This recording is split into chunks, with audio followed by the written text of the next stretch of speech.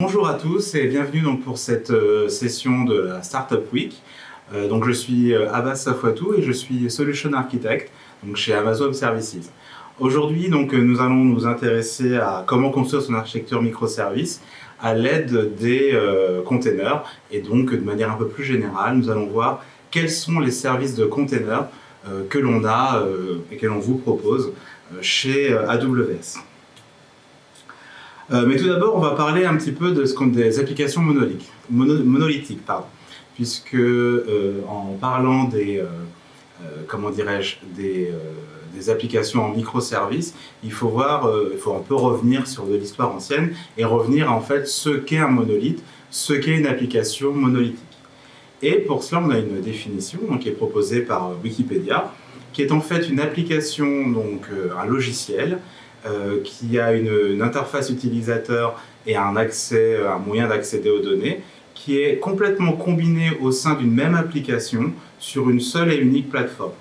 Donc en fait, l'application monolithique est quelque chose de complètement containerisé, on va dire, donc qui est indépendant des autres applications et surtout qui n'est que d'un seul bloc et d'un seul tenant. Et lorsque l'on s'intéresse à finalement ce que sont les applications monolithiques, eh bien, comme je le disais en préambule, il faut revenir finalement à d'où l'on vient finalement lorsque l'on parle d'applications monolithiques. Et très bien, en fait, les applications monolithiques correspondent à ce qu'on appelle les applications finalement traditionnelles. Avant que, aujourd'hui, beaucoup d'applications sont distribuées en microservices, on a bien commencé par développer des applications qui étaient, elles, monolithiques. Et ces applications suivaient des standards et des bonnes pratiques de développement. Donc on retrouvait à l'intérieur de ces bonnes pratiques la façon d'écrire du code, la façon de déployer du code, et les standards ont su évoluer avec le temps. Mais le point qui est important, c'est que avoir une application monolithique ne veut pas dire que l'on a une application qui a été mal développée ou mal designée. C'est une application qui a des pour et des contre, on y viendra par la suite, mais mon but n'est pas de vous faire dire on a tout développé sur un monolithe. D'ailleurs, nombre sont les startups dont vous faites peut-être partie, qui ont tout sur un seul serveur pour créer leur MVP, donc leur minimum valuable product, donc vraiment la brique élémentaire de votre produit n'est pas forcément dès le départ distribuée, capable de tenir la charge. Au début, on a besoin de mettre en place un monolithe, parce qu'au début, on commence par créer tout d'abord une première version, un prototype, et ce prototype est souvent d'un seul tenant, et donc correspond à un monolithe. Et du coup, ce monolithe n'a pas besoin et n'a sûrement pas été pensé pour être distribué. De ce fait, il supporte un ensemble de contraintes qui font que dans son design, comme on n'y a pas pensé à l'avance, du coup, on s'est simplifié la vie par certains points, mais on s'est ajouté des contraintes par d'autres.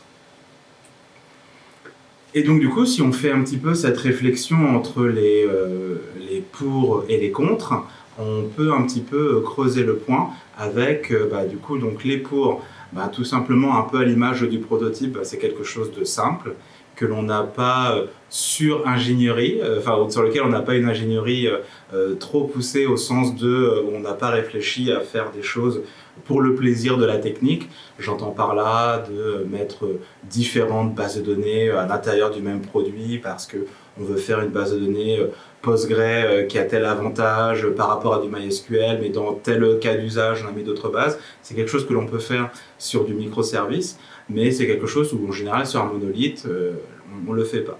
De plus, le monolithe a quand même l'avantage, grâce aux lois de la physique, d'avoir une latence qui est vraiment très faible. En effet, quand tout est sur le même serveur géré par le même processeur, les process discutent très rapidement, ils n'ont pas besoin de traverser le réseau pour pouvoir communiquer entre eux. En plus, on a du coup au niveau du codage, donc de la base installée au niveau du code, finalement une base assez simple, facilement maintenable. Je reviens toujours sur mon idée du prototype. Cette première version du prototype a l'avantage d'être simple à mettre en place. Et surtout qui est efficace quand on est à petite échelle. Finalement, le fait d'avoir des choses à faible latence, capables de gérer un certain type de données, un certain nombre de connexions, peut tout à fait être géré par un seul serveur, une seule application. Et aussi sur les aspects de développement, on gagne beaucoup de temps puisque tout est déployé sur le même endroit et dans le même binaire, j'ai envie de dire. Les premières versions sont sont rapidement et facilement capables d'être mises en place. Enfin, sur l'aspect disons contre, donc le pour et contre, forcément le monolithique, en termes de modularité, fatalement, c'est pas une grande surprise, c'est quelque chose qui est difficile à rendre modulaire. Et même si dans notre monolithe on va le découper en plusieurs parties, c'est quand même quelque chose un peu difficile à mettre en place. Et naturellement, le scale est aussi compliqué lorsqu'on est dans un monolithe. On n'a finalement pas beaucoup d'autres choix que de partir sur des serveurs plus gros, des instances plus grosses, avec plus de CPU, plus de RAM. Et ça suppose aussi que votre code soit en mesure de supporter et de ne pas arriver à un palier lorsque l'on atteint ce niveau de CPU et de mémoire. Et surtout, on a un développement qui est du coup tout ou rien. Comme on a un seul binaire, un seul monolithe, finalement, quand on rajoute une nouvelle version, même si tout le reste marche bien parce qu'on a corrigé un petit bug d'affichage, un petit bug dans le traitement, on redéploie toute la version, ce qui peut entraîner des coupures de service. Et les monolithes sont dépendants des bases de données, comme je le disais tout à l'heure. En général, on va choisir plutôt un moteur de base de données. Peut-être que ce moteur de base de données ne correspondra pas à tous les cas d'usage de votre applicatif, mais comme on ne va pas s'embêter à avoir plein de moteurs de base de données dans un seul et même serveur, on reste sur ce même serveur. Et le fait de manquer de flexibilité, le fait de manquer de facilité de déploiement fait qu'on est sur des cycles longs de déploiement. Et enfin, du coup, fatalement, le fait d'avoir des cycles longs fait que on est lent à réagir, à proposer une nouvelle version, à augmenter par rapport à la charge. Et arrivent du coup les microservices. Et du coup, partons de définition de microservices. Donc on a par exemple Martin Fowler, qui est très connu puisqu'il a écrit beaucoup de livres sur le domaine du développement et en l'occurrence sur des choses autour du refactoring, comment créer ces applicatifs. Il définit le microservice comme étant un style architectural permettant de développer une application qui était du coup sur un seul tenant en un ensemble de petites applications. Chaque service va gérer son propre process et va communiquer, les services vont du coup communiquer entre eux selon des principes simples et légers, et généralement avec des API qui sont en HTTP. Une autre définition du microservice proposée par Sam Newman. Alors Sam Newman, c'est un consultant indépendant qui est basé à Londres, qui s'est fait connaître pour un livre qu'il a écrit dans l'édition Aurélie, que vous connaissez peut-être, qui est une édition en général de référence dans le domaine technique, et qui a travaillé beaucoup dans le domaine du cloud et du déploiement continu. Et donc Sam Newman nous dit que pour lui un microservice, ce sont des services indépendants que l'on peut déployer de manière indépendante, qui travaillent ensemble, mais autour d'un besoin business. Donc effectivement, les microservices sont finalement là pour répondre aux mêmes besoins que le monolithe, mais vont nous apporter des choses supplémentaires que le monolithe ne permettait pas de faire. Et enfin, si je prends la définition de Udi Dahan, qui est l'un des experts les plus connus dans le domaine du SOA, donc le Service Oriented Architecture, et qui est surtout très connu dans le domaine du développement en .NET. Pour lui, en fait, le microservice, c'est, on va dire, si je retraduis, à la française, c'est finalement, je dirais, le Saint Graal pour avoir un suivi business, pour être en mesure de pouvoir suivre vos demandes business de la manière la plus efficace. Mais pourquoi, me direz-vous ? Tout simplement, si on prend ce petit schéma, on s'aperçoit que le monolithe va être développé par un grand ensemble de développeurs. Parce que c'est une application faite d'un seul tenant qui va tourner sur un gros serveur ou sur un ensemble de gros serveurs, du coup il ne peut pas y avoir une armée de développeurs pour développer ce monolithe. Et ce que l'on va voir, c'est que du coup, chaque développeur va donc proposer sa feature.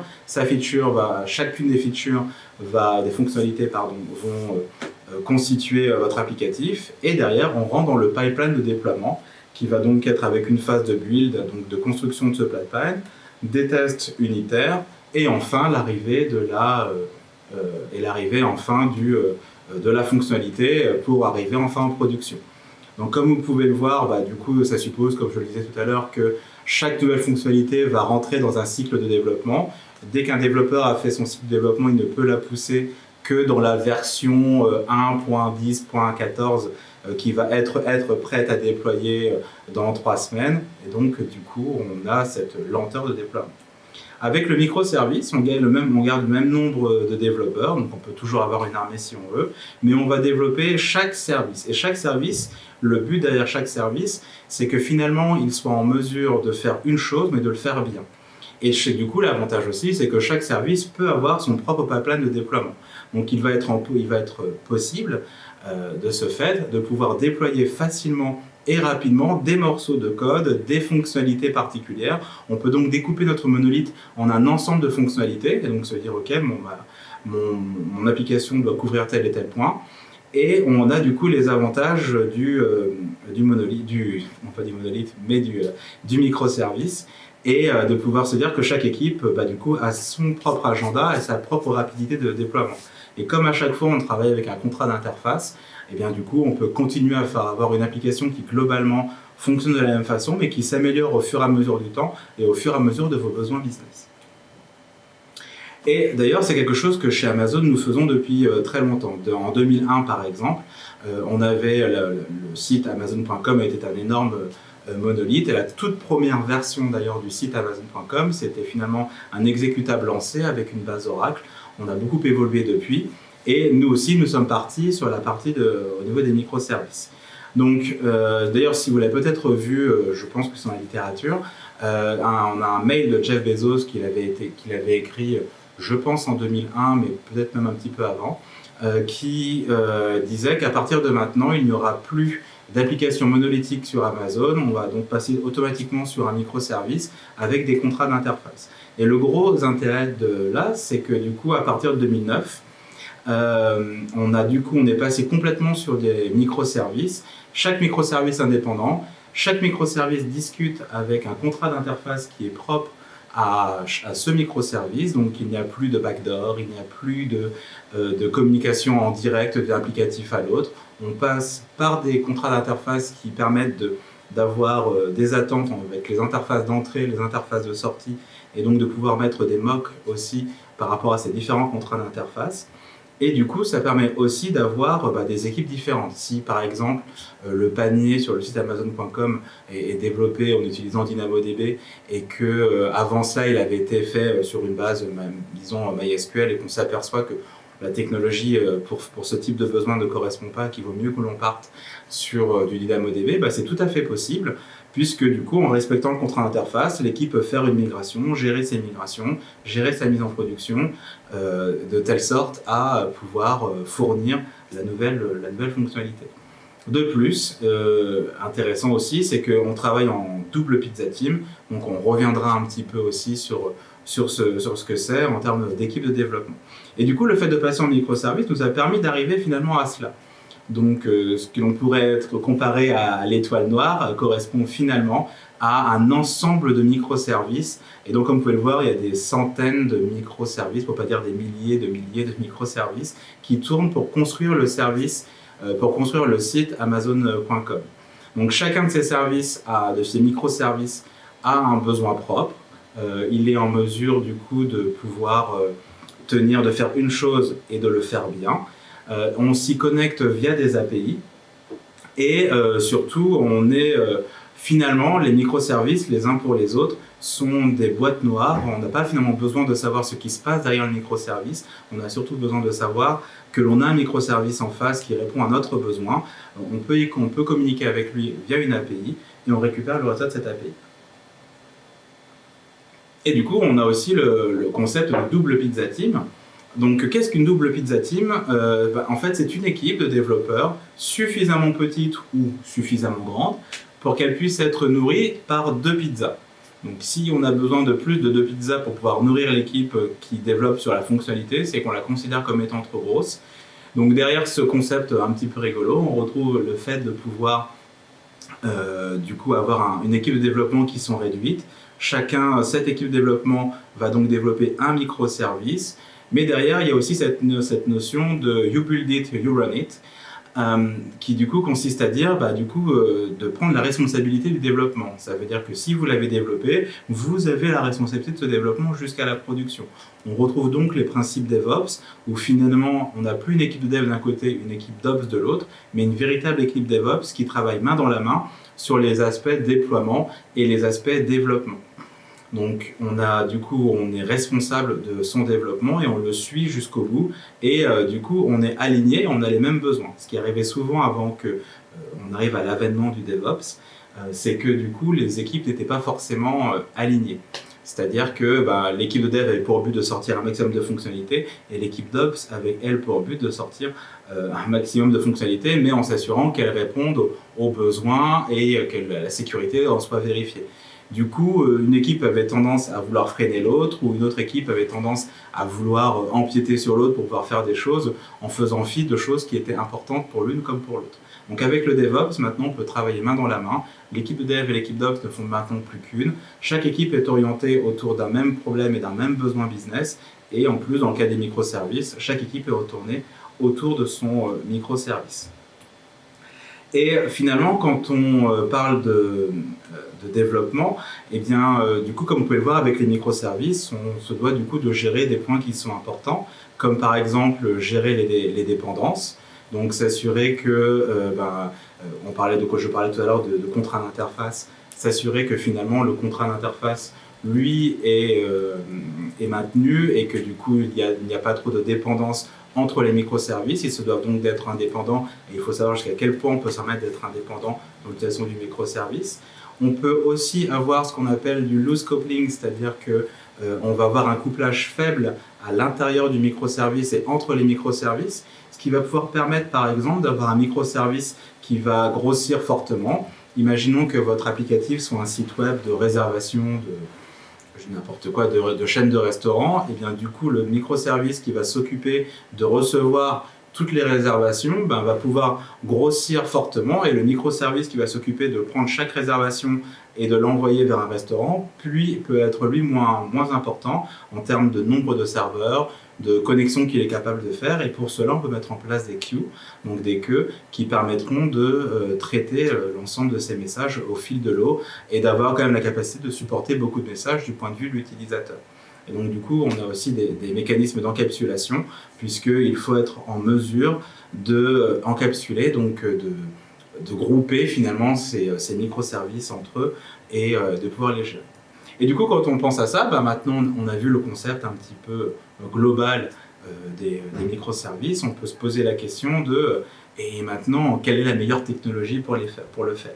Et est-ce que les containers sont la meilleure technologie? Alors, naturellement, puisque c'est le principe de notre webinaire du jour, vous vous doutez bien que la réponse sera oui. Néanmoins, sachez qu'on peut faire des microservices sans utiliser de containers. Je ne voudrais pas que vous repartiez de cette présentation en vous disant que je fais du container, donc je fais du microservice. Ou je fais du microservice, donc je fais du container. On peut faire du microservice en dehors des containers, en gardant toujours des applications qui tournent sur des instances EC2, comme vous pouvez le faire aussi sur des services complètement serverless. Et du coup, ne vous fermez pas les portes. Aujourd'hui, on va s'intéresser plus principalement aux containers et aux avantages qu'ils apportent. Néanmoins, n'oubliez pas que pour faire du microservice, on peut mixer les choses. On peut avoir un service qui va être géré sur des EC2 directement, une autre partie un autre microservice qui va être fait complètement serverless, par exemple pour stocker et fournir des fichiers à partir d'S3 et avec des lambdas pour faire le traitement. Et on peut avoir ensuite tout le reste de votre applicatif qui soit fait en container. Donc on peut aussi tout à fait mixer les choses autour de cela. Et du coup, finalement, les containers sont quand même très bien tournés pour faire des microservices. Mais pourquoi? Tout d'abord pour l'aspect packaging. Donc un container, je pense que vous savez un petit peu ce que c'est. Finalement, c'est une image qui va être formée un package avec votre applicatif et les librairies et les différentes bibliothèques qui sont nécessaires à faire fonctionner votre applicatif. Donc tout cela va être packagé au travers d'une seule même image, et cette image pourra donc être plus facilement distribuée. Et donc le développeur aura l'assurance que l'image qu'il a développée sur son PC chez lui et l'image qui va se retrouver en prod est la même. On peut malgré tout faire des tests unitaires dessus, on peut mettre un pipeline de déploiement dessus, mais il a quand même cet avantage de se dire, quand j'ai fait mon run et quand j'ai fait mon build, mon Docker build de mon image, l'image que j'ai, c'est l'image que je vais retrouver en production. Elle sera peut-être amendée du fait du pipeline de déploiement, mais on retrouve tout à fait cette image. Et donc la partie distribution peut être aussi facilitée, puisque l'on peut dire, dès que j'ai mis à jour mon image, elle rentre automatiquement dans un pipeline et elle est directement déployée et déployée en production. Et surtout, avec les containers, on trouve cette logique d'infrastructure que l'on dit immutable, au sens du coup, de cette infrastructure où plutôt que de rentrer dans le container pour le mettre à jour par rapport à un bug ou une nouvelle fonctionnalité que l'on veut mettre en place, eh bien on met une nouvelle version du container que l'on a déployé grâce à notre pipeline de déploiement et du coup on est en mesure de pouvoir le faire de manière répétée et simple d'usage. Et du coup, quels sont, nous, les services que nous vous proposons pour faire des containers sur AWS?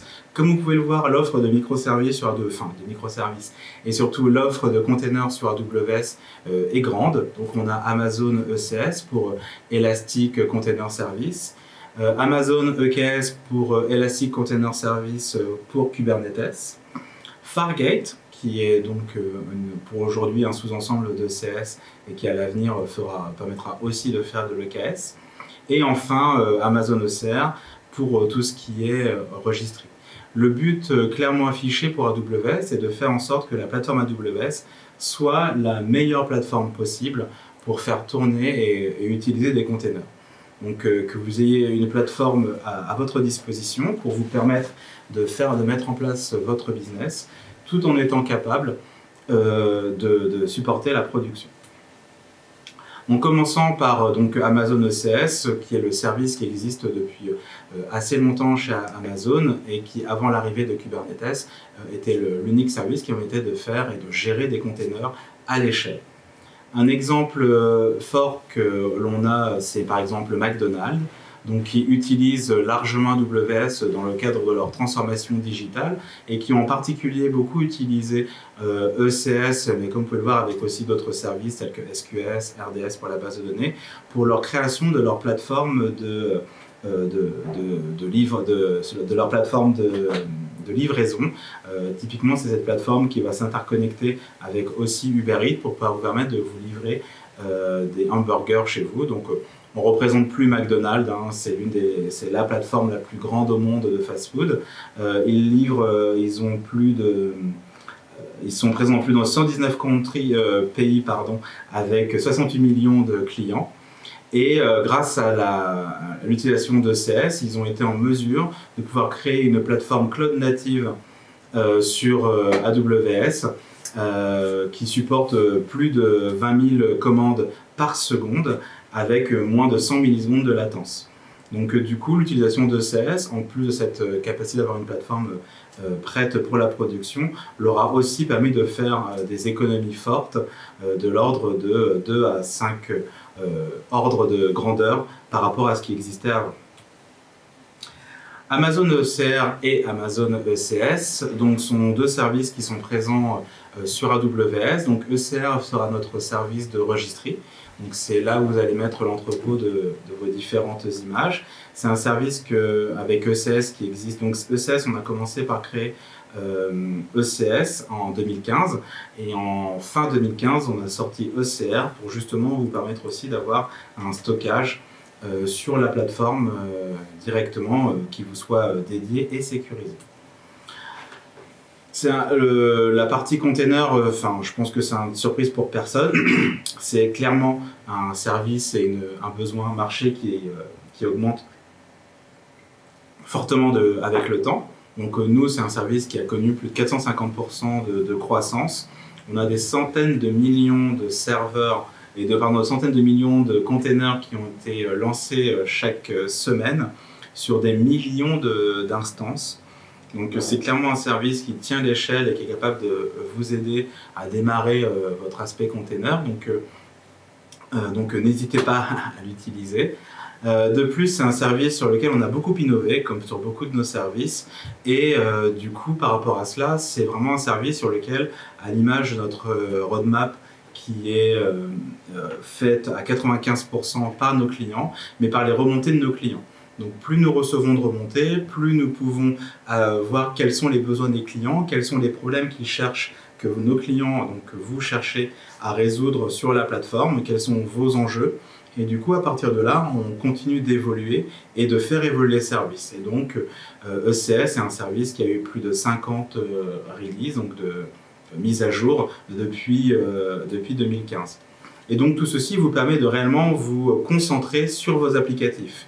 Donc, d'être en mesure, via ECS, de ne plus avoir à gérer la mise en place de vos containers, donc d'avoir une plateforme de déploiement et de suivi des containers, mais vous avez du coup une plateforme prévue pour la production et vous n'avez plus à vous occuper de cet aspect, on va dire, tuyauterie autour des containers. Vous pouvez complètement vous concentrer sur votre business.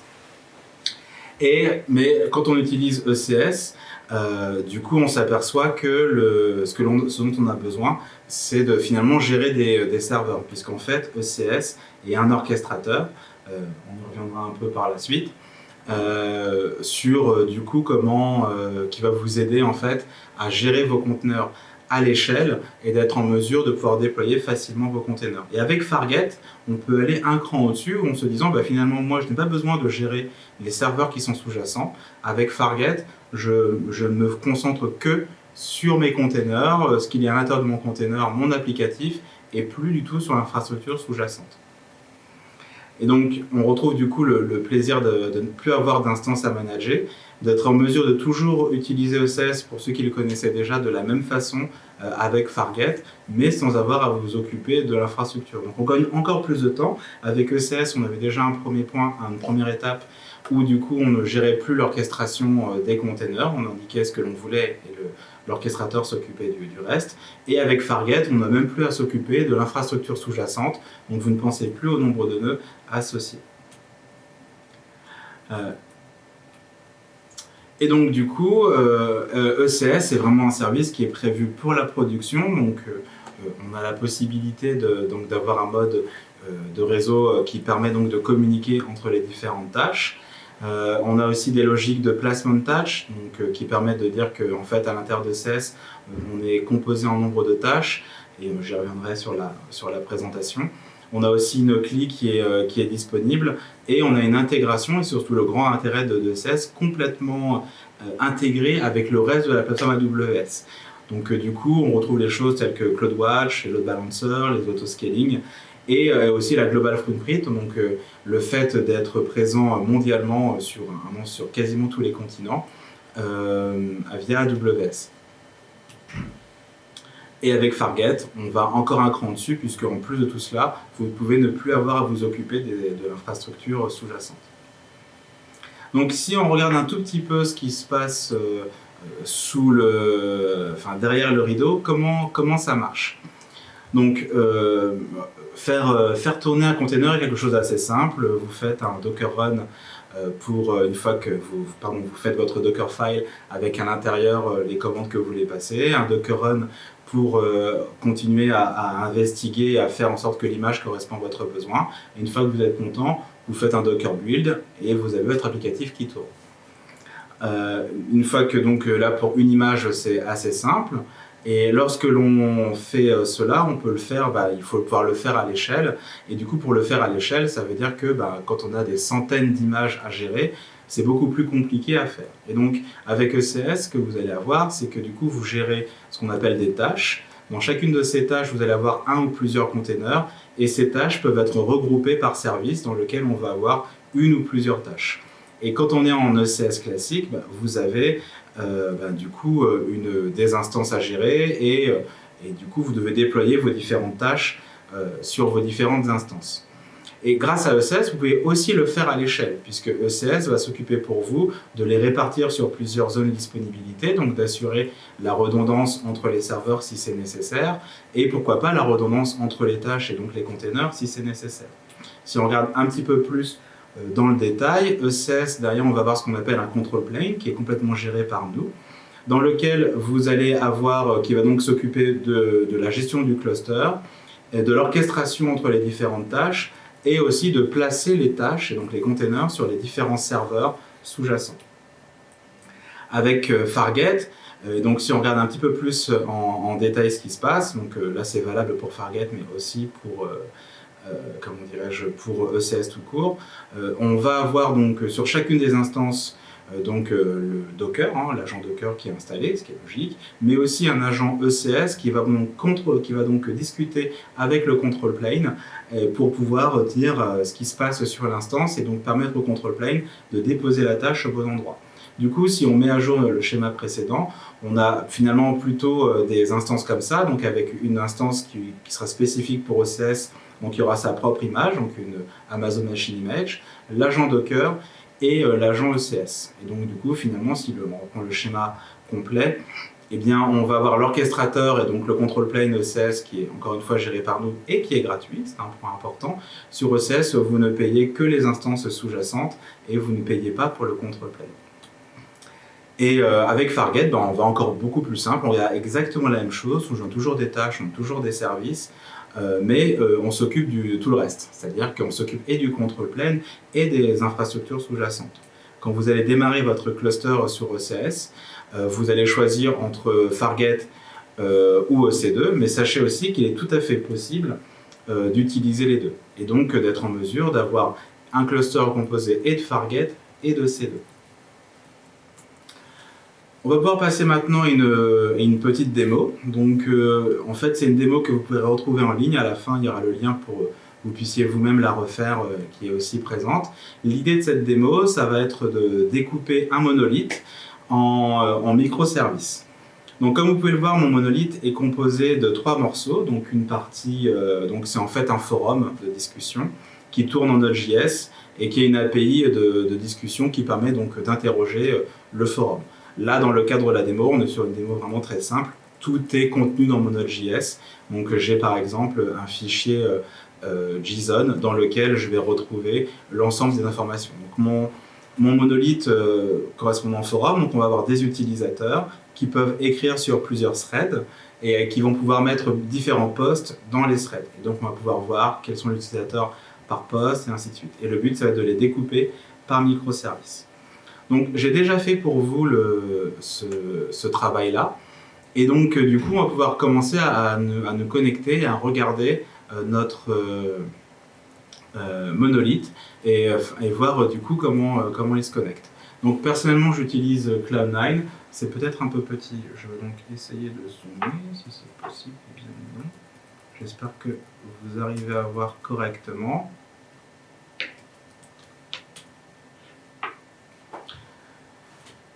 Voilà, donc ici, là je suis connecté, donc je vous invite vraiment à utiliser Cloud9, c'est un IDE dans le cloud, donc c'est vraiment très simple d'utilisation, il y a beaucoup de fonctionnalités, c'est vraiment assez plaisant à utiliser, notamment quand on fait des containers.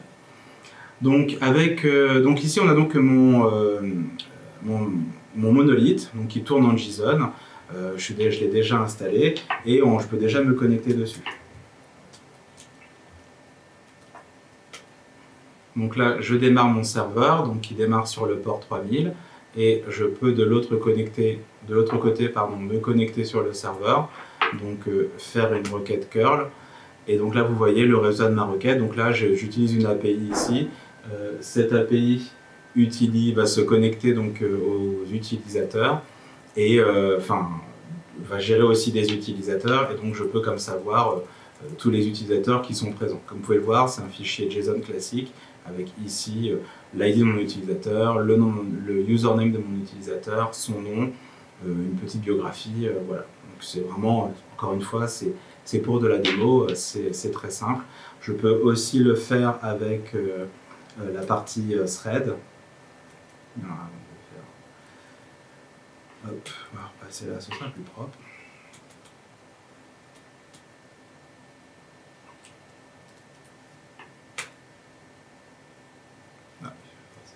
Avec AS, ça marchera mieux. Voilà, et donc là vous voyez tous les threads qui ont pu être créés. Donc là mon monolithe tourne directement sur la machine, c'est du Node.js sur cette partie.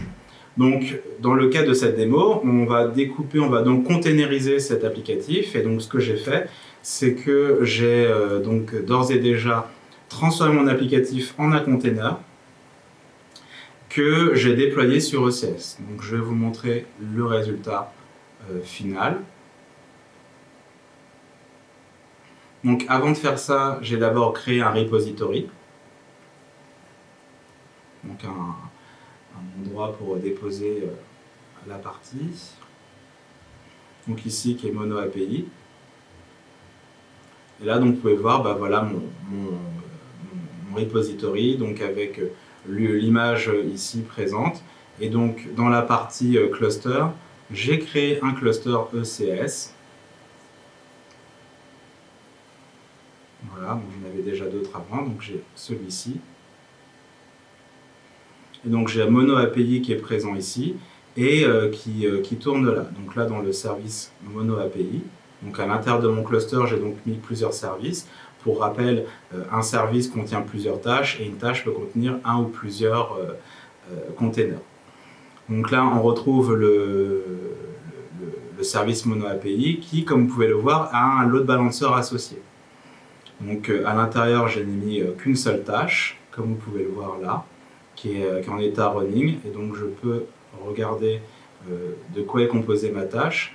Donc c'est vraiment très simple d'utilisation. Donc quand vous créez une tâche, vous lui donnez le nom de votre tâche, le réseau par défaut. Par défaut, c'est en mode bridge, sauf quand on est sur Fargate ou par défaut, on est en mode AWS VPC.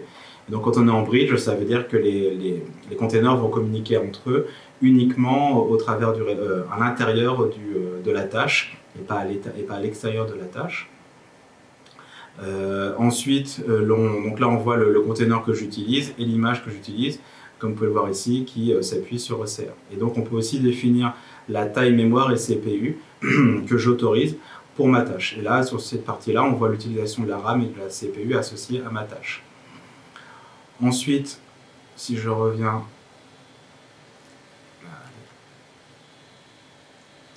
du coup à mon service, comme je le disais tout à l'heure, il est aussi accessible via un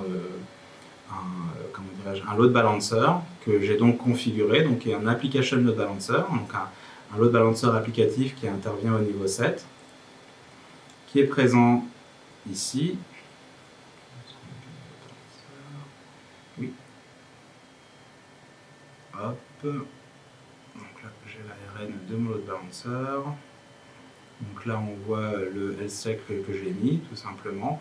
Donc si je reviens sur mes différents load balancers, donc ce load balancer s'appelle Demo, et j'ai un DNS ici, donc un endpoint qui est sur le port 80, que j'ai copié, et que je vais pouvoir, sur lequel je vais pouvoir me connecter. Et donc si je reprends /API /user,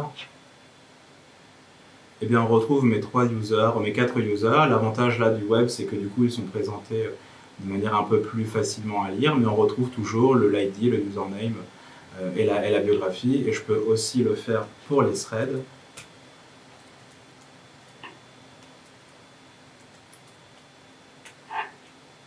Voilà, donc là on retrouve les 3 threads qu'on a montrés ici.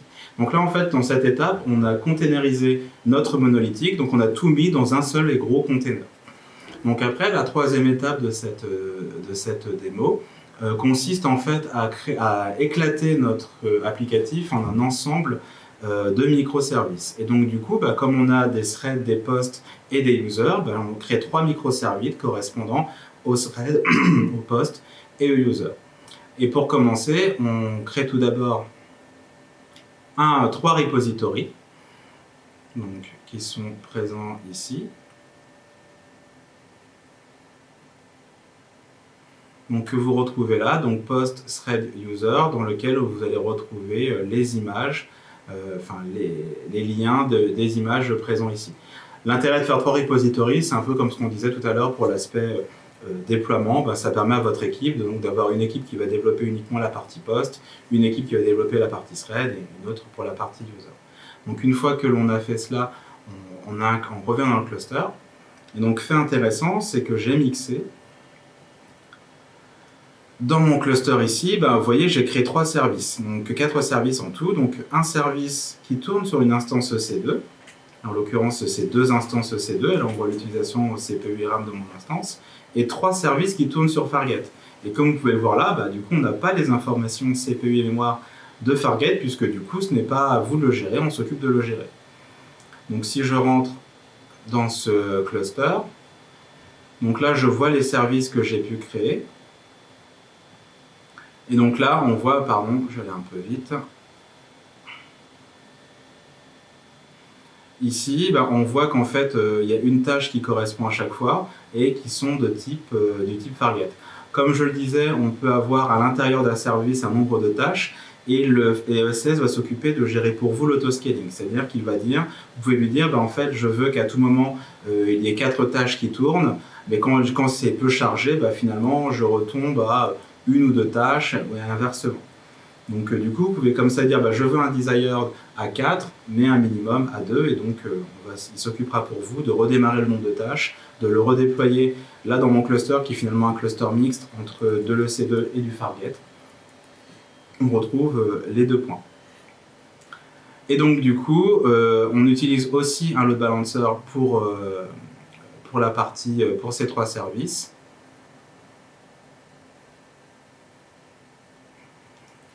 Mon load balancer est ici. Alors, je me suis amusé en fait à déployer 2 load balancers sur le même cluster, juste pour montrer que c'est faisable. Ici, et donc là on a un DNS qui est du coup différent. Et donc, si je reviens ici, on retrouve pareil.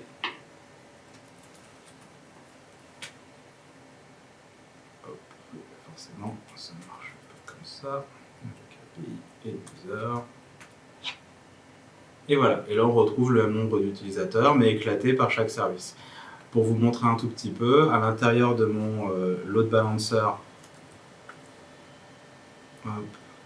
j'ai défini un listener et j'ai défini donc des règles où du coup en fonction du pass je vais taper dans mon service, qu'il soit thread, user ou post. Et par défaut, puisqu'il fallait faire un choix, j'ai décidé de dire que par défaut je serai dans thread. Voilà, donc là vous avez pu le voir dans cette rapide démo que l'utilisation de CS est vraiment très simple et très facile d'usage, et que l'on peut très facilement démarrer sur AWS et démarrer des containers sur AWS. Ça vous fournit une plateforme rapide et fiable pour le faire. Dans cette démo, je ne montre pas la partie pipeline de déploiement, mais sachez que ECS intègre très bien avec Code Pipeline pour avoir un pipeline de déploiement de vos containers. Donc si je reviens maintenant à la présentation, donc on a EKS. Donc EKS, donc c'est le service qui est de Kubernetes en managé que nous vous proposons. On a un très beau cas d'usage proposé par Snap, donc c'est l'entreprise derrière Snapchat. Là, sur reInvent le dernier, donc, qui a eu lieu du 27 novembre au 30 novembre dernier, vous pouvez voir le témoignage de Snapchat qui utilise Kubernetes à l'échelle et en production via EKS. Et donc ils expliquent pourquoi pour faire du microservice, ils ont préféré utiliser EKS plutôt qu'une autre solution ou le faire eux-mêmes. Et du coup, on peut voir que du coup, grâce à l'utilisation d'AWS et de EKS, ils ont pu du coup simplifier l'organisation, puisque du coup, en passant en microservices, ils ont pu casser finalement les monolithes et surtout casser les silos organisationnels, améliorer la scalabilité, la performance et la sécurité.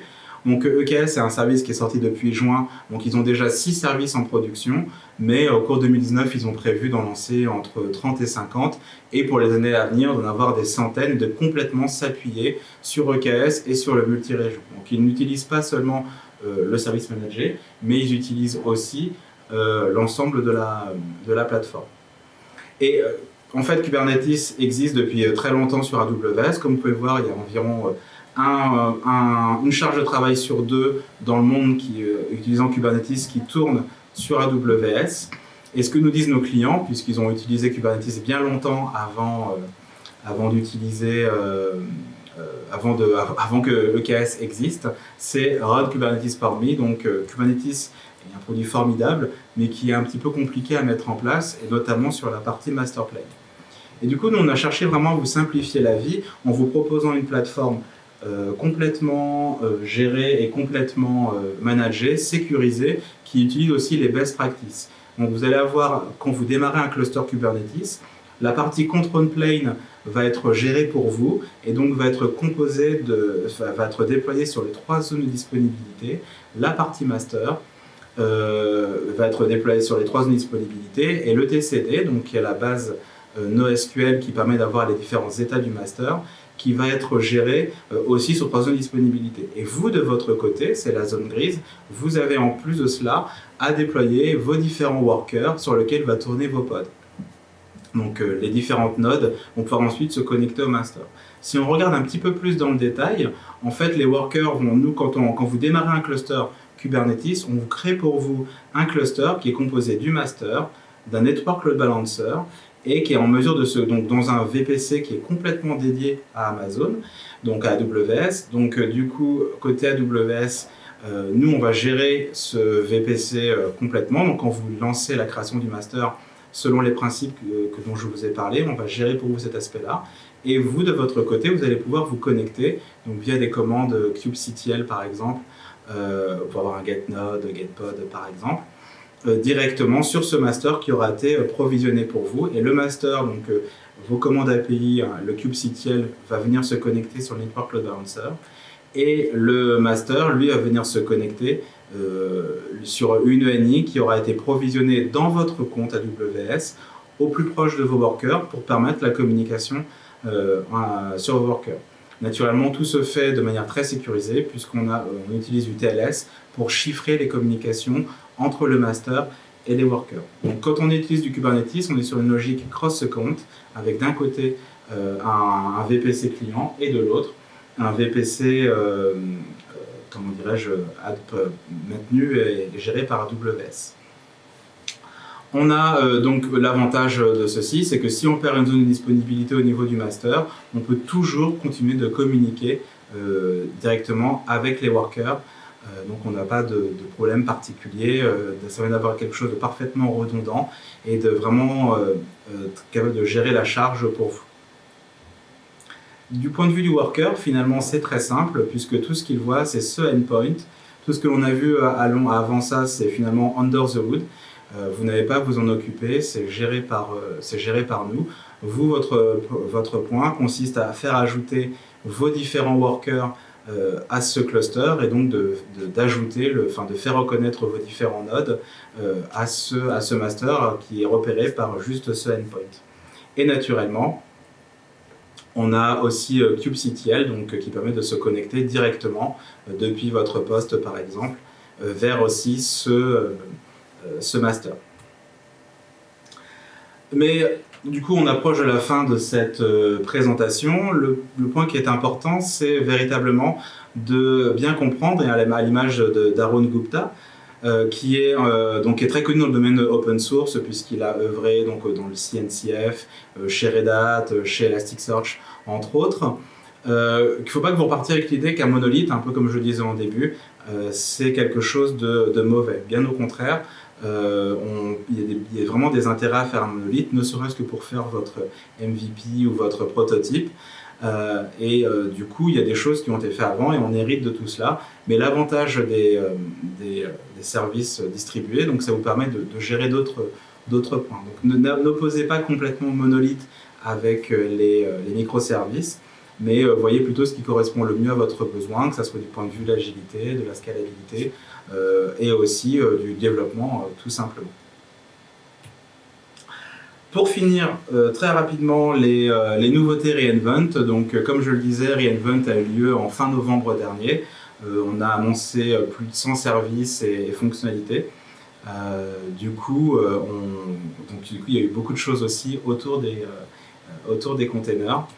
Et donc, je vous laisserai lire pour ceux qui lisent vite. Mais il y a Firecracker. Donc, Firecracker, ça permet de faire des micro-VM sur base d'un hardware utilisant un KVM. Ça permettra donc, si vous utilisez du bare metal, de pouvoir vous-même aussi mettre en place vos micro-VM, puisque c'est un produit qui est complètement open source. Vous pouvez aussi le faire dans votre data center. Et surtout, Firecracker va être utilisé en interne côté AWS pour faciliter et améliorer l'isolation des serveurs en offrant une performance accrue. Ainsi, on sera en mesure de pouvoir faire tourner vos différents containers, notamment sur Fargate, en les faisant démarrer en moins de 125 millisecondes et tout en assurant une sécurité et une isolation parfaite entre les différents containers. On a aussi CloudMap, AWS CloudMap qui est sorti, qui permet en fait de mettre des noms et de nommer en fait des ressources côté AWS et ou que cela soit aussi via des API, et donc de vous permettre en fait d'avoir un mapping entre ces ressources et votre développement. Ainsi, si derrière cette ressource le service a changé, en fait vous utilisez toujours la bonne ressource. On va via CloudMap se connecter à une registry qui va nous dire où est la nouvelle ressource, et ensuite votre développement pourra être facilité par rapport à ça. On a aussi sorti AWS App Mesh qui permet d'avoir en fait un véritable service mesh très utile dans le domaine du microservice, puisque vous allez pouvoir contrôler le trafic et avoir du monitoring grâce au service mesh que vous allez mettre. Donc ça consiste à avoir ce qu'on appelle un container en sidecar, donc présent, qui sera dédié à AppMesh, qui permettra derrière de contrôler le trafic et d'assurer soit des migrations de trafic, soit simplement du monitoring, et donc d'avoir une meilleure communication, un meilleur contrôle de la communication en mode proxy de vos différents microservices. ECS supporte maintenant le déploiement dit Blue-Green et via Code Deploy, donc du coup maintenant il est possible d'avoir un vrai déploiement Blue-Green via Cloud Deploy. Avant ça, on pouvait faire du rolling update, donc il revenait en fait à rajouter des serveurs et à les supprimer selon la méthode du rolling update. Mais avec le Blue-Green, on a vraiment la maîtrise de la version 1 qui est déployée, je passe à la version 2, quand la version 2 est OK, je supprime la version 1 et je passe à la version 2. Avec ECR, on a aussi la partie source action dans Code Deploy. Donc Code Deploy pourra aussi se mettre à jour et se lancer une fois votre pipeline de déploiement mis en place. Donc dès qu'on met à jour votre registry, on pourra lancer derrière un pipeline de déploiement. Avant ça, c'était directement envoyé sur le cluster, mais là c'est intégré avec un pipeline de déploiement. Et enfin, grosse nouveauté, la marketplace pour les containers. Donc je vous invite à vous connecter à AWS Marketplace pour voir les différents containers, les différentes solutions directement containerisées que vous pouvez directement déployer dans votre cluster ECS. Donc ça vous permet d'avoir toutes les grosses solutions du marché et bien d'autres directement présents au format container, donc au format Docker. Pour aller plus loin, si vous avez envie, vous pouvez donc vous connecter sur notre site pour voir nos différents services, que cela soit EKS, ECS ou notre registry pour OCR. Et si vous voulez rentrer plus dans le détail de la démo que je vous ai présentée et faire les choses par vous-même, vous pouvez aussi aller donc utiliser cette démo qui permettra de passer d'un monolithique à un microservice. Je vous remercie pour votre attention. Vous avez mon mail si vous avez envie de me joindre. Voilà, et j'espère que vous avez passé un bon moment avec moi. Je passe donc maintenant la main à Marc qui sera présent dans 5 minutes et qui vous parlera des data lakes et de la gestion de ces derniers. Je vous remercie et je vous souhaite une bonne journée.